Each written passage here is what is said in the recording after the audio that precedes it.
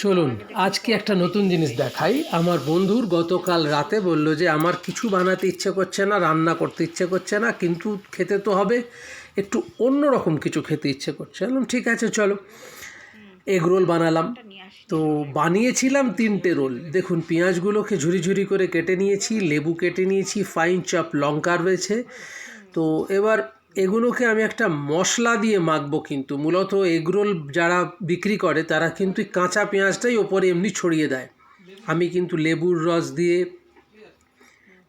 মশলা দিয়ে, এই যে এটা আমার স্পেশাল মশলা, এই মশলাটা দিলাম এবং আমি একটুখানি দেব ব্ল্যাক পেপার পাউডার। এই যে ব্ল্যাক পেপার পাউডার দিচ্ছি, দিয়ে এবারে এটাকে সুন্দর করে মেখে নিতে হবে, না হলে এগরোলের টেস্ট আসবে না।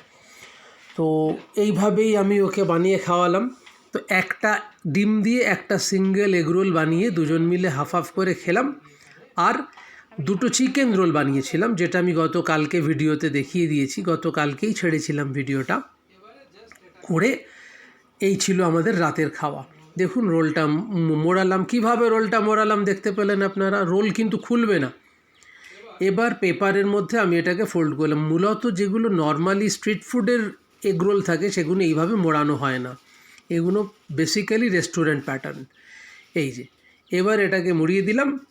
এবার জাস্ট একটা সেলো টেপ পেপারটা রয়েছে, এখানে একটা টেপ মেরে দিলাম। এবারে এটা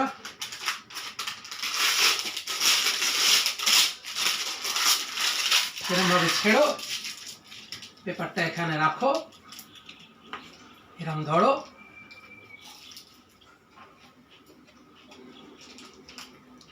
কি অবস্থা ভিডিও। অনেস্টলি পরোটার ক্রাঞ্চিনেস এবং ক্রিস্পিনেস ক্যামেরায় নিয়ে এসেছি। যে রোলটা বেসিক্যালি বিক্রি হয় ওরা কিন্তু পেঁয়াজটা এভাবে মাখে না, আর এই যে টেস্টটা দেখছি সেটা কিন্তু আমার মশলার টেস্ট। এবার আমি বানাবো এগ চিকেন রোল, তারপর বানাবো চিকেন রোল, সেগুলো আমাদের সবাই আমরা নিজেরাই খাবো।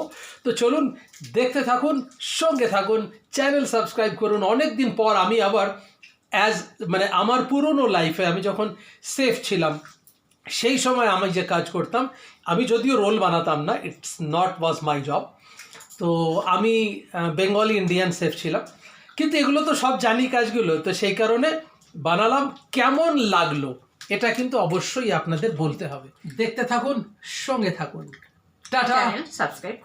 চ্যানেল সাবস্ক্রাইব করুন। আমাদের 2টো চ্যানেল, আমি আর আমার ইচ্ছে 75, এটা ওর চ্যানেল, আর আমারটা হচ্ছে ডেইলি লাইফ অ্যান্ড ব্লগ 73।